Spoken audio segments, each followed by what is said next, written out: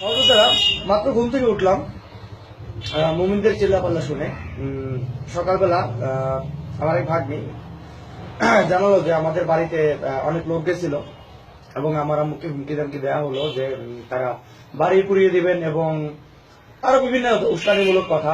যদিও আমার বাবা মা আমাকে ত্যাগ করে দিছে, এরপরেও মুমিনরা থামছে না।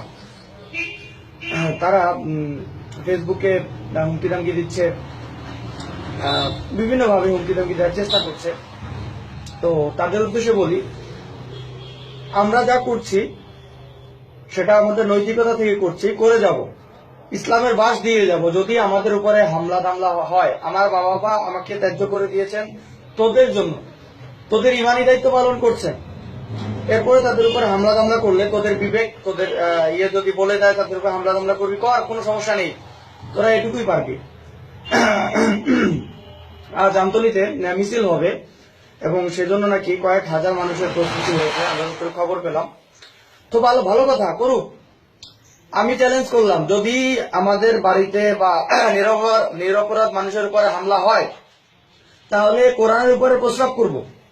আমি নিজে কোরআনের উপরে প্রস্রাব করে ভিডিও আপলোড করব। তোদের মহা উম্মতকে, তোদের নবীকে প্রতিনিয়ত তোদের ভণ্ডামি আমরা তুলে যাব।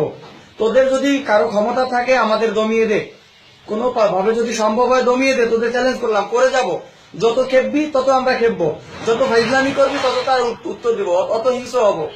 সেখানে মানবতা খুঁজবো না, সেখানে ভদ্রতা দেখাতে যাব না। ফাইজলামির একটা সীমা আছে। আমরা আমাদের কাজ করে যাচ্ছি, আমরা গঠনমূলক সমালোচনা করে আসছিলাম, কিন্তু তোরা আমাদের উগ্র হতে বাধ্য করেছিস।